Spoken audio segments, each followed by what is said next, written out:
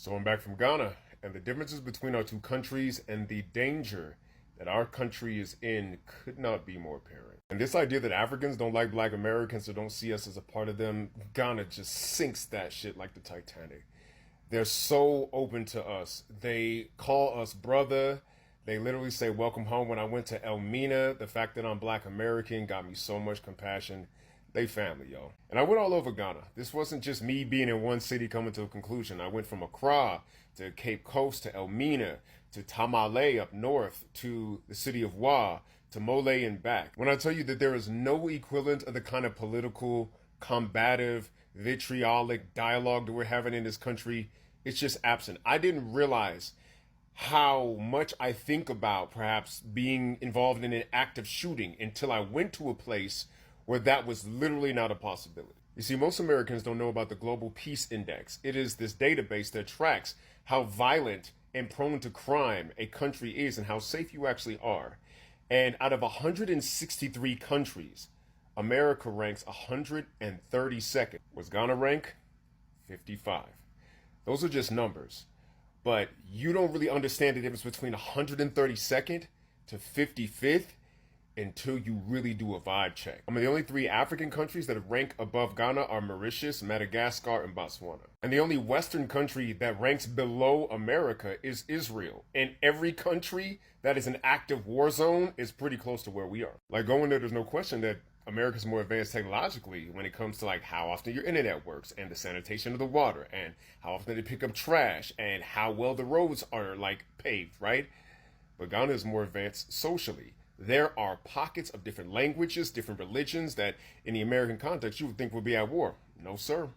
People are getting along. There is harmony. And because of that harmony, there is safety. The social cohesion in Ghana compared to America is off the charts. The value-added interactions, the positivity, like you can smile at anybody. They'll smile back. Like you can ask anybody for help. They'll try to give it if they speak the language. Just the way in which you could feel the friendly vibe, the way in which people are like holding hands, even men, heterosexual, sexuality is not in question. It's literally about the bonds between folks. They're killing this part of the exam. We are failing so miserably. And don't make any mistakes. There are parts of Africa that are experiencing poverty to a level that would shock your Western sensibilities. So then the next question is, so how are they surviving? Nobody's starving, ain't no ribs showing. The land of Africa itself provides. I mean, literally, people be in the villages, there's always some goats, you know who's cooking the jollof rice, you know where the chickens is at, there's always eggs, there's always fruit, there's always, I'm talking about fruits that you don't even see here. Like when they selling them by, like you don't even know what they are. When you go down to the south in Cape Coast, the ocean provides. They're selling things that you would never think to eat, and they're selling things that you would love to eat. There's always something to sustain yourself on in land that just sprouts this rich food like the land of Africa. I'm going to say this again. If you love infrastructure, Ghana's a fixer-upper in some places. There are ways that we need to invest in like water sanitation and pipes and like, you know what I'm saying, roads and like picking up trash, right? But those problems are getting solved actively. Ghana is a land that's on its way up. America, it's yeah. But you got to adjust your lens of how you look at Africa, because what you're looking at is a place that survived an apocalypse. The slave trade was an apocalypse. Colonization was absolutely an apocalypse. Have you noticed there's no apocalypse movie set in Africa?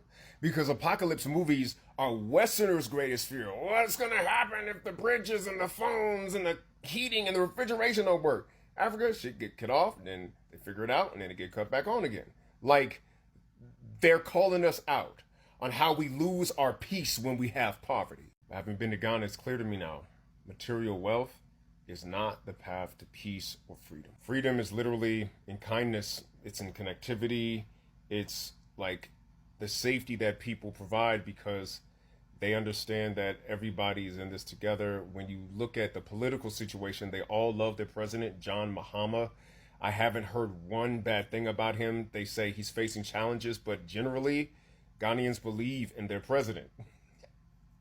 Things are different here. But if you think that freedom is brandishing a gun and arming yourself against your neighbors and living like a billionaire and having all your money going right, it shows that we are so gravely on the wrong path. Ghana makes you want to get to know your neighbor, makes you want to smile at people, makes you want to figure out how to like be food secure without the government. You know, it makes you want to return to the kindergarten values of decency, because in aggregate, they're so much freer than we are. Living a dream, living the African dream. Are you planning to travel, relocate, or invest in Africa? Before making permanent decisions, equip yourself with the knowledge you need to make informed choices. Africa 101 is your guide to relocating, investing, and living in Africa. This is your essential resource, covering the basics and must-know insights to guide you confidently. Download your guide now at panafricanlifestyle.com and take the first step toward a thriving future in the motherland.